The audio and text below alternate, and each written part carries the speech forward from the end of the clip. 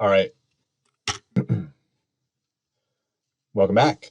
Hopefully this video will be a little bit shorter and includes some really cool videos inside of this video from NASA and the USGS talking about their satellites. In a nutshell, we have a ton of satellites orbiting our planet. Many of them are used for communications, but there are a lot of them up there that are used for collecting Earth observations. That is, understanding how electromagnetic radiation reflects and absorbs off of various surfaces, in addition to many other functions. Landsat satellites and the majority of other satellites out there maintain these fixed sun-side orbits. And what that means is that they are always passing over the surface of the Earth that's facing directly to the sun. So they're capturing the sort of most direct sort of noontime sun as possible, minimizing shadows and distortion and other effects.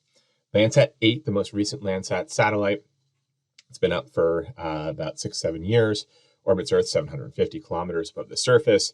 It captures 185 kilometer wide swaths of imagery and circles the Earth 14 times a day. What this means is that every 16 days, we get full coverage of the entire Earth from Landsat. And it's kind of stitched together. In the next video, you'll really see how that happened. As we orbit the sun, Landsat 8 positions itself to capture imagery in direct sunlight. It's called a sun-synchronous orbit. And it happens every 99 minutes, and about 14 times a day.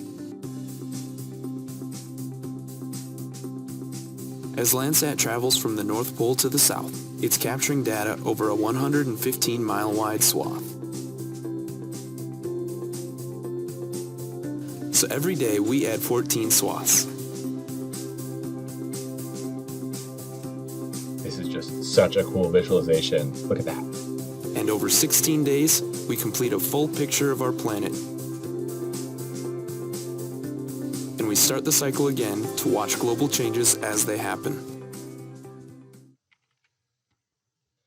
All right, that's really cool. All right, one more quick video for you. This is a short one.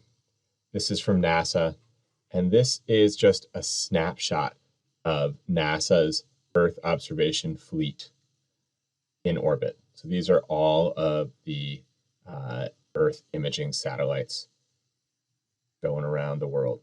These are just NASA's. There are satellites from the European Space Agency, from other space agencies around the world, Russia, Japan, etc., in addition to all of the commercial satellites out there that are also doing Earth observation and many other tasks. So just really, it's a crowded world up there in space. It's amazing these things don't collide more.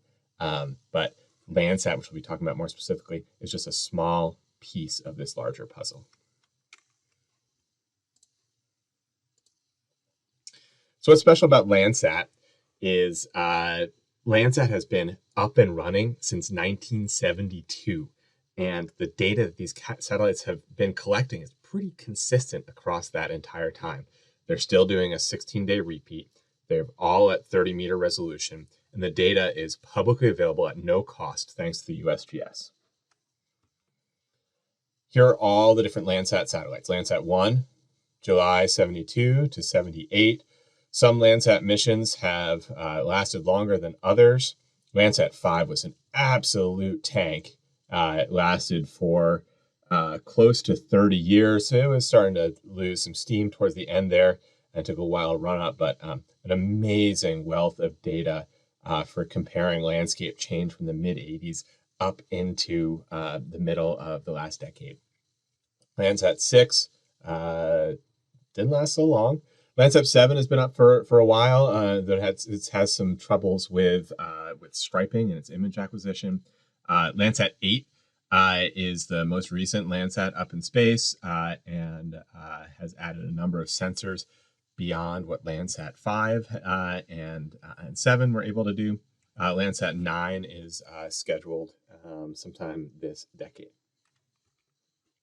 This is just a little image showing the different wavelengths.